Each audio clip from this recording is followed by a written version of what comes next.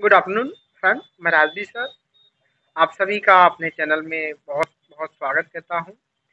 और इससे पहले हम लोग बात किए थे अपने वीडियो में कि हमारी वेल्डिंग क्या है और वेल्डिंग करते समय हमें कौन कौन सी बातों का ध्यान रखना चाहिए जिससे कि वेल्डिंग में आने वाले जो डिफेक्ट हैं, दोष हैं, उनको कम किया जा सके। ठीक है। और आज की वीडियो में हम लोग वेल्डिंग दोष के बारे में जानेंगे। तो हमने जो वेल्डिंग डिफेक्ट है उनको मेनली दो पार्ट में कैटेगराइज किया है, उनको बांटा है। तो फर्स्ट टाइप के जो हमारे डिफेक्ट हैं उनको हमने बाह्य दोष या एक्सटर्नल डिफेक्ट कहा है। एक्सटर्नल डिफेक्ट में क्या क्या आते हैं, जैसे कि यहाँ पे लिखे हुए हैं, आप देख सकते हैं। सारा हिंदी में लिखा है, मैं इंग्लिश में आपको बता दूंगा। ठीक है। देखिए, सबसे पहले हैं दरारें। दरारें को हम कहते हैं क्रैक्स। क्या कहेंगे? क्रैक्स। और जो क्रैक्स भी होते हैं वो भी हम आपको बताएंगे। दो तरीके के होते हैं, एक हॉट क्रैक्स गर्म, और दूसरा हमारा कोल्ड क्रैक्स होते हैं। ठीक है। तो पहला क्रैक्स हो गया, जिस हिंदी लिखी है, मैं इंग्लिश बता रहा हूँ। ठीक है। दूसरा हमारा होता है ऊंची और नीची बीट, जिनको हम अनइवन बीट बोलते हैं। क्या बोलेंगे? Uneven beat. नंबर 2 पे जो आएगी, ये तो नंबर 1 था, 2 पर अनइवन बीट। बीट बीट तो जानते हो, BEAD। यहाँ बीट, अनइवन बीट। ठीक है। अनइवन मतलब एक असमान। ठीक है। दूसरा हमारा अनइवन बीट हो गया। तीसरा है स्पेटस। इसको इंग्लिश में भी हम लोग स्पेटर ही बोलेंगे, स्पेटस। ठीक है। स्पेटस। फिर हम लोग बाद में सब कुछ समझेंगे वन बाय वन करके। स्पेटस क्या होता है, क्रैक्स क्या होते हैं। ठीक है। अनइवन बीट वो तो आप उसके नाम से ही स्पष्ट है। स्पेटस हमारा हो गया। और फोर्थ नंबर पर है क्रेटर्स। इसको क्रेटर्स ही बोला जाता है इंग्लिश में भी, क्रेटर्स। क्रेटर्स। ठीक है। क्रेटर्स। और फिफ्थ नंबर पर है किनारा पिघलना। इस किनारा पिघलने को हम लोग कहते हैं, देखिए, किनारा पिघलने को हम लोग कहते हैं अंडरकट। क्या बोलेंगे? अंडरकट। अंडरकट बोलते हैं इसको, किनारा पिघलना। ठीक है। यानी फिफ्थ नंबर पर है हमारा अंडरकट। और सिक्स नंबर पर है टेढ़े मेढ़े जोड़। इसको हम बोलते हैं डिस्टॉर्टेड ज्वाइंट्स। क्या बोलेंगे? सिक्स नंबर वाले को डिस्टोर्शन भी बोल देते हैं। ठीक है। और नहीं तो फिर हम डिस्टॉर्टेड ज्वाइंट्स बोलते हैं। ठीक है। Joints, distorted joints. और जो सेवेंथ नंबर पे है, वेरी इंपॉर्टेंट, सरफेस पोरोसिटी बोलते हैं, सतही रंध्रता। सरफेस पोरोसिटी क्या बोलते हैं? Surface porosity. देखिए, मैं लिख दे रहा हूँ, आप इंग्लिश में चाहे तो लिखते चलिएगा। Surface porosity, porosity. ठीक है। सतही रंध्रता जिसको कहते हैं। तो हमने देखे यहाँ पर 7 defect, all are external defect. तो एक्सटर्नल डिफेक्ट हम लोग आज बात कर लेंगे, और नेक्स्ट वाले में बात करेंगे, नेक्स्ट वीडियो में हम इंटरनल डिफेक्ट की। ठीक है। क्योंकि वीडियो थोड़ा सा बड़ा हो जाएगा, आप लोग साथ में ही देख लेना दोनों, जैसी आपकी फिर मर्जी। तो जो दरारें होती हैं, ये क्या होती हैं?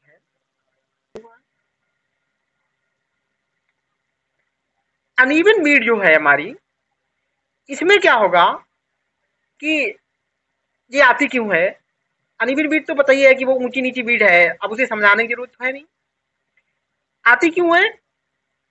इसका मेन वजह होता है जो हमारा वेल्डर है उसका अकुशल होना, फुली स्किल्ड ना होना, प्रैक्टिस की कमी होना। उस वजह से आ जाती है, जो बीड है वो हमारी ऊंची नीची हो जाती है। मेन वजह इसकी यही है। बाकी और चीजें हो सकती हैं कि हमने जो हम वेल्डिंग कर रहे हैं तो हमने प्रॉपर उसकी पोजीशन क्या रखनी चाहिए, वो पोजीशन हमने ठीक नहीं रखी है।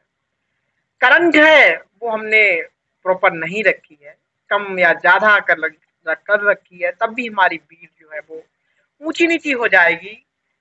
लेकिन मेन वजह वो यही है कि अकुशल कारीगर का होना। ठीक है, चलिए अब इसको हम लोग कैसे ठीक कर सकते हैं, तो इसके लिए हमको अपनी वेल्डिंग पर प्रैक्टिस करनी चाहिए अच्छे से। करंट को हमें प्रॉपर रखना चाहिए, करंट को समझना चाहिए कि किस करंट पे हमारी वेल्डिंग अच्छी आती है, तो वो करंट हमको जो है वही करंट पर वेल्डिंग करनी चाहिए। इस प्रकार से हम लोग इस ऊंची नीची या अनइवन बीट को दूर कर सकते हैं। तीसरा जो डिफेक्ट हमारा स्पेटर्स है, वेरी कॉमन डिफेक्ट है। ये जो स्पेटर है ये क्या होते हैं, जब हम लोग वेल्डिंग करते हैं तो उस समय क्या होता है, करंट बहुत मान लो कि ज़्यादा है, या हमारी जो हम लोग हमारी मेटल और इलेक्ट्रोड के बीच में जगह होती है जिसको हम आर्क लेंथ बोलते हैं, वो आर्क लेंथ हमने ज़्यादा कर रखी है। तो उस समय क्या होती है, जो हमारी इलेक्ट्रोड से, जिसको हम बेल्ड मेटल मेटल कहते हैं, उससे मेटल गोलों के या पॉइंट या बिंदु के रूप में गिरने लगते हैं, मेटल पर बिखरने लगते हैं और मेटल की सतह पर जाकर के वो चिपक जाते हैं। उसको हम बोलते हैं स्पेटर। स्पेटस आने की वजह क्या है, वो ये है कि हमारी जो सरफेस है उसकी आपने सफाई ठीक से नहीं की है। दूसरा, आपने करंट बहुत ज़्यादा ले रखी है। और तीसरी वजह यह है कि हमने जो आर्क लेंथ है वो काफ़ी ज़्यादा ले रखी है। तो ये जो हमारे वजह कारण है, रीजन है, जिनकी वजह से स्पेटर्स आ जाते हैं।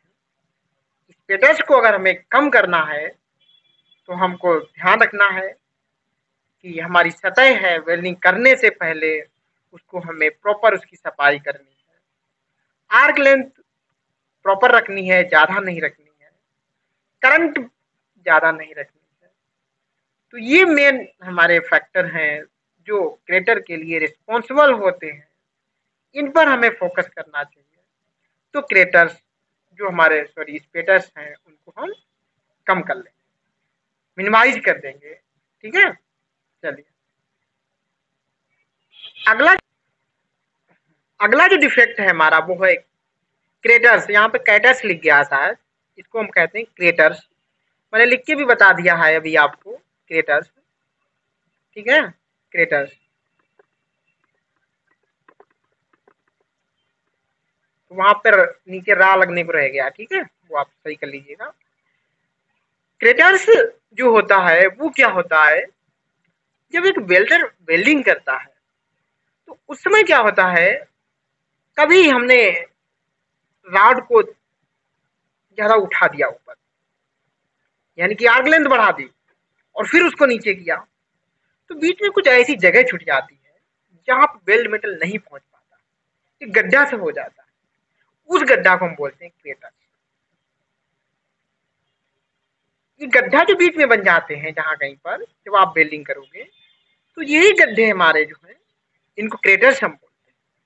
यानी कि एक ऐसा डिप्रेशन होता है, एक ऐसा दबाव होता है जहां पे वेल्ड मेटल की कमी होती है, वो क्रेटर्स बोला जाता है। समझ गए?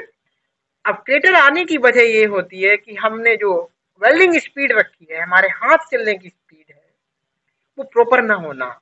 कहीं भी हमने उसको उठा दिया, ज्यादा गैप दे दिया, आगे से वेल्डिंग करना चालू कर दी, या फिर हम वीविंग कर रहे हैं तो वीविंग प्रॉपर से नहीं कर पा रहे हैं।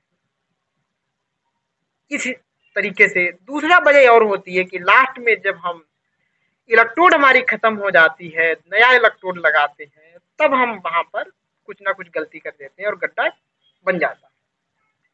या फिर लास्ट में बिल्कुल जब हटाते हैं हम लोग, हमारी वेल्डिंग खत्म होने वाली होती है तो एकदम से हटा देते हैं, तो तब भी क्रेटर आ जाता है।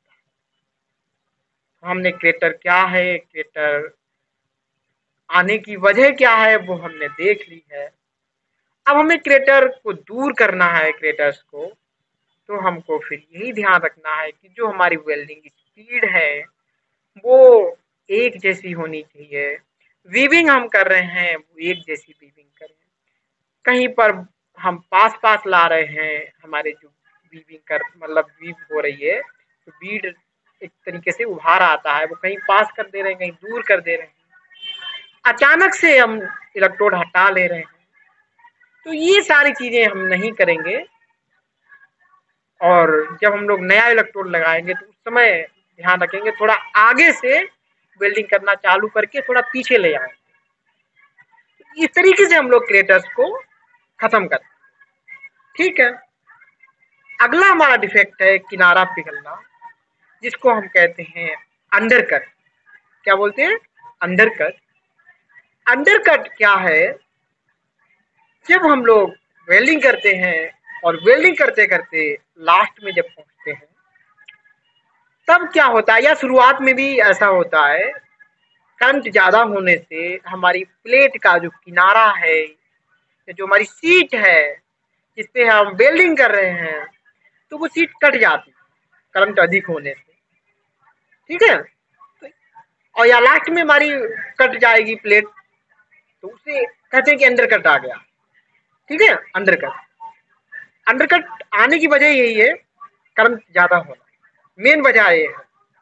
दूसरा ये भी हो सकता है कि हमारी जो हमने हमारी सीट है उसके हिसाब से हमने इलेक्ट्रोड ना लिया, दूसरी मेटल का इलेक्ट्रोड ले लिया। ठीक है। मेन वजह है कि हमारी करंट अधिक है। और अचानक हाँ यहाँ पर भी रहता है कि हमने एकदम से क्या किया, नहीं एकदम से तो खैर हटाएंगे तो क्रेटर ही आने के चांस होंगे। हमने लास्ट में हम क्या करते हैं, थोड़ा टाइम ज़्यादा, या हम मतलब ठीक से नहीं हटा रहे इलेक्ट्रोड, ज़्यादा देर तक रोक दी, तब भी हमारा जो है अंडरकट आ जाएगा। ठीक है। अंडरकट की बात कर ली। अगला हमारा है सिक्स, डिस्टोर्टेड ज्वाइंट्स, जिसको हम कहते हैं टेढ़े मेढ़े जोड़, या फिर हम डिस्टोर्शन भी बोल देते हैं, टेढ़ापन आ जाता है। तो उसको वो है टेढ़ा मेढ़ा, तो समझ ही रहे हैं, अब इसे क्या समझाएं, जोड़ टेढ़े मेढ़े हो जाते हैं। आते क्यों हैं हम ये देखेंगे। तो टेढ़े मेढ़े जोड़ इसलिए हो जाते हैं कि जब हम वेल्डिंग करते हैं तो प्रॉपर हम टैगिंग नहीं करते हैं, टैग नहीं लगाते हैं ना, टैगिंग। तो टैग हमें लगाने चाहिए। हमारी जो हम प्लेट जोड़ रहे हैं, मान लो लंबी प्लेट है हमारे पास, मान लो कि ये प्लेट हमारे पास है, इनकी लंबाई ज़्यादा है, तो हम यहीं से अगर वेल्डिंग करना चालू कर देंगे तो हमारा जोड़ तिरछा हो जाएगा। हमें क्या करना है, एक यहाँ पे टैग लगा लेना है, एक यहाँ पर टैग लगा लेना है, एक यहाँ पर टैग लगा लेना है। पहले किनारे पे लगाएंगे, फिर किनारे पे लगाएंगे, बीच में लगाएंगे। तो ऐसे ऐसे करके हमको टैग कर लेना है पूरी मेटल को, और फिर हम लोग क्या करेंगे, वेल्डिंग करना चालू कर देंगे। अगर लंबाई ज़्यादा ही है तो हम इधर से कुछ वेल्डिंग कर लें, कुछ इधर से वेल्डिंग, दोनों तरफ से वेल्डिंग कर लें। ठीक है। तब हमारे जो जोड़ है वो डिस्टोर्टेड ज्वाइंट नहीं। इतनी बात समझ में आ गई होगी। अब हमने ये भी बात कर ली कि कैसे हमको जो डिस्टोर्टेड ज्वाइंट है उनको हम दूर कर सकते हैं, उनसे बच सकते हैं। नेक्स्ट हम बात करेंगे जो हमारी बहुत इंपॉर्टेंट है, सतही रंध्रता, सरफेस पोरोसिटी जिसको बोलते हैं, सरफेस पोरोसिटी।